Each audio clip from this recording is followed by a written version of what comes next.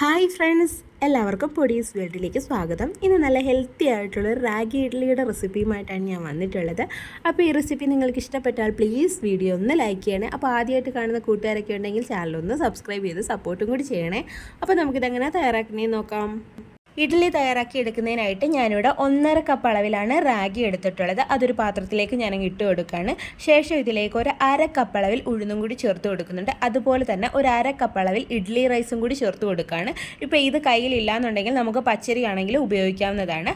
അതുപോലെ തന്നെ 1 ടീസ്പൂൺ അളവിൽ ഉലുവയും കൂടി ചേർത്ത് കൊടുക്കുകയാണ്. ഇനി നമുക്കിത് നല്ല വൃത്തിയായിട്ട് കഴുകിയെടുക്കേണ്ടതായിട്ടുണ്ട്.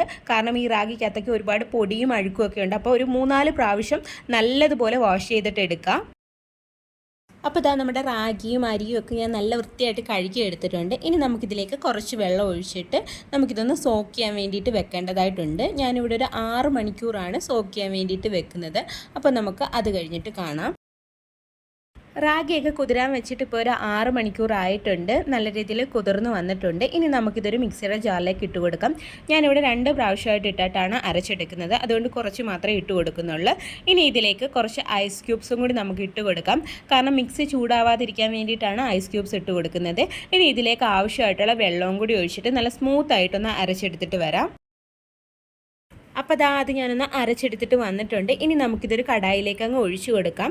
ബാക്കി ഉണ്ടായിരുന്നത് ഞാൻ അതേ കണക്ക് തന്നെ ഒന്ന് അരച്ചെടുത്തിട്ടുണ്ട്. അപ്പോൾ അതും കൂടി നമുക്ക് ഈ കടായിലേക്ക് അങ്ങ് ഒഴിച്ചു കൊടുക്കാം. അതിനുശേഷം നമുക്കിതിലേക്ക് ആവശ്യമായിട്ടുള്ള ഉപ്പും കൂടി ഒന്ന് ചേർത്ത് കൊടുക്കാം. ഉപ്പ് ഇപ്പം തന്നെ ചേർത്ത് കൊടുക്കുകയാണ്. എന്നിട്ട് നമ്മുടെ കൈ വെച്ചിട്ട് നല്ലതുപോലെ മിക്സ് ചെയ്തിട്ട് എടുക്കാം. കൈ ഉപയോഗിക്കാൻ താല്പര്യമില്ലെന്നുണ്ടെങ്കിൽ സ്പൂൺ വെച്ചിട്ട് മിക്സ് ചെയ്തെടുത്താലും മതിയാകും. അപ്പോൾ നമ്മുടെ മിക്സിംഗ് ഒക്കെ കഴിഞ്ഞ് ഈ ഒരു കൺസിസ്റ്റൻസിയാണ് നമ്മുടെ മാവിന് വേണ്ടുള്ളത്. സാധാ ഒരു ഇഡലി മാവിൻ്റെ കൺസിസ്റ്റൻസി. ഇനി നമുക്കിതങ്ങ് അടച്ചു വെച്ചിട്ട് ഫെർമെൻറ്റ് ചെയ്യാൻ വേണ്ടിയിട്ട് വെക്കാം. ഞാനിവിടെ ഓവർനൈറ്റാണ് ഫെർമെൻറ്റ് ചെയ്യുന്നത്. അല്ലാന്നുണ്ടെങ്കിൽ ഒരു 8 മണിക്കൂറെങ്കിലും ഫെർമെൻറ്റ് ചെയ്യാൻ വേണ്ടിയിട്ട് വെക്കാം. അപ്പോൾ ഇനി നമുക്ക് നമ്മുടെ ബാറ്റർ റെഡി ആയോ എന്ന് നോക്കാം. റെഡി ആയിട്ട് വന്നിട്ടുണ്ട്. ഇനി നമുക്ക് ഈ ഒരു സ്പൂൺ വെച്ചിട്ട് പതുക്കെ ഒന്ന് മിക്സ് ചെയ്തിട്ട് കൊടുക്കാം. നല്ലതുപോലെ ഇട്ട് മിക്സ് ചെയ്യാതെ പതുക്കെ മിക്സ് ചെയ്തിട്ട് എടുക്കാം. ഒന്ന് ജസ്റ്റ് ഒന്ന് മിക്സ് ചെയ്ത് കൊടുത്താൽ മാത്രം മതിയാകും. ശേഷം നമുക്ക് നമ്മുടെ ഇഡ്ഡലി തട്ടിലേക്ക് മാവ് ഒഴിച്ചു കൊടുക്കാം. ഞാൻ ഈ തട്ടിനകത്ത് കുറച്ച് ഓയിൽ തടവിയിട്ടാണ് വെച്ചിട്ടുള്ളത്. അപ്പോൾ ഓരോ കുഴുവിലേക്കും നമുക്ക് ഓരോ തവി മാവ് വീതം ഒഴിച്ചു കൊടുക്കാം.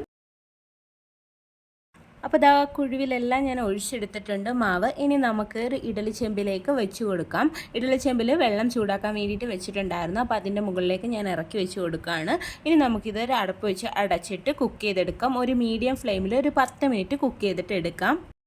അപ്പോൾ നമ്മുടെ റാഗി ഇഡ്ഡലിയൊക്കെ ഇവിടെ കുക്കായി വന്നിട്ടുണ്ട്. ഒരു 10 മിനിറ്റൊക്കെ കഴിഞ്ഞിട്ടുണ്ട് കുക്ക് ചെയ്യാൻ വേണ്ടി വെച്ചിട്ട്. നമുക്കിനി ഇത് പുറത്തെടുത്ത് വെച്ചിട്ട് ഇതിൻ്റെ ചൂടൊക്കെ മാറിയതിന് ശേഷം എടുക്കാം. അപ്പോൾ നമ്മുടെ റാഗി ഇഡ്ഡലിയുടെ ചൂടൊക്കെ ഒന്ന് മാറി വന്നിട്ടുണ്ട്. അപ്പോൾ ഞാനൊരു സ്പൂൺ വെച്ചിട്ട് ജസ്റ്റ് ഒന്ന് വിടുവിച്ച് കൊടുക്കുകയാണ്. അപ്പോൾ നമ്മുടെ ടേസ്റ്റി ആയിട്ടുള്ള ഹെൽത്തി ആയിട്ടുള്ള റാഗി ഇഡ്ഡലി ഇവിടെ റെഡി ആയിട്ടുണ്ട്. എല്ലാവരും ഇതൊന്ന് ട്രൈ ചെയ്ത് നോക്കണേ. നല്ല ടേസ്റ്റി ആയിട്ടുള്ള ഇഡ്ഡലിയാണ്. അതുപോലെ തന്നെ നല്ല സോഫ്റ്റ് ആയിട്ടുമാണ് ഇരിക്കുന്നത്. അപ്പോൾ ബാക്കിയുള്ളത് ഇതേ കണക്ക് തന്നെ ഞാനൊന്ന് ഇളക്കിയെടുക്കട്ടെ. അപ്പോൾ നമ്മുടെ ഹെൽത്തി ആയിട്ടുള്ള റാഗി ഇഡ്ഡലി എല്ലാം ഞാനിവിടെ ഇളക്കി എടുത്തിട്ടുണ്ട്. നല്ല ഹെൽത്തി ആയിട്ടുള്ളൊരു റെസിപ്പിയാണ്. നമുക്ക് രാവിലത്തേക്കാണെങ്കിലും രാത്രിയിലത്തേക്കാണെങ്കിലും കഴിക്കാൻ പറ്റുന്ന ഒന്നാണ്. ഹെൽത്തിയാണ്. കുട്ടികൾക്കൊക്കെ നമുക്ക് വിശ്വസിച്ച് കൊടുക്കാൻ പറ്റുന്ന ഒന്നാണ്. അപ്പോൾ എല്ലാവരും ട്രൈ ചെയ്ത് നോക്കാനും ഫീഡ്ബാക്ക് പറയാനും മറക്കല്ലേ. വീണ്ടും നല്ലൊരു വീഡിയോ ആയിട്ട് വരാം. Thanks for watching.